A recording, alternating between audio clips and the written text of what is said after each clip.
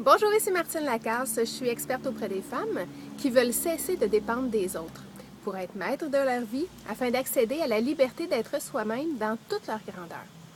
Aujourd'hui, je vous souhaite la bienvenue d'abord à ceux qui ne me connaissaient pas encore, mais je vous invite à visiter mon site internet au www.martinelacasse.ca et ceux qui me connaissent déjà, alors je vous souhaite un bon retour. Aujourd'hui, mon sujet est le couple. Comment préserver la connexion dans le couple quand tout va vite? Quand chacun a ses préoccupations, ses soucis, son travail qui occupe beaucoup de son temps. Alors, 3 choses que je souhaite vous parler aujourd'hui parce que je les teste moi-même puis parce que je vois vraiment les bienfaits que ça apporte dans le fait de nourrir la relation de couple.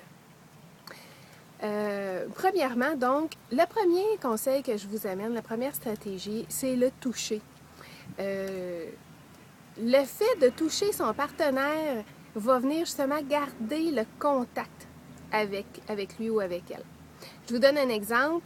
Le fait de passer votre main sur ses épaules, et puis ça prend 30 secondes dans une journée, de lui faire un petit massage des épaules, de lui passer votre main doucement dans le dos, ça vient faire une première connexion.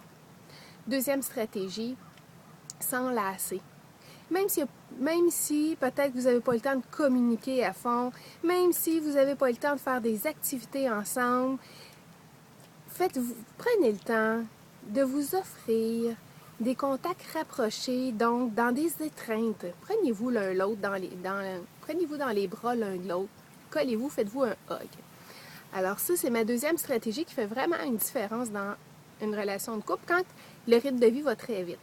Et le troisième élément, c'est de vous écrire.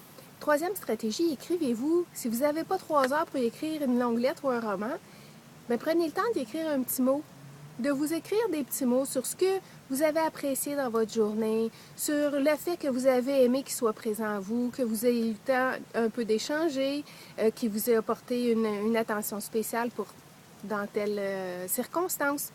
Donc, prenez le temps de vous écrire des petits mots, que ce soit à la base qu'un petit bonjour, bonne journée, quand on ne se lève pas à la même heure puis qu'on part au travail, puis que l'autre n'est pas encore sorti du lit, ou encore un je t'aime, ou encore un bonne nuit, faites beaux rêves, si vous n'entrez pas dans le lit en même temps à la même heure.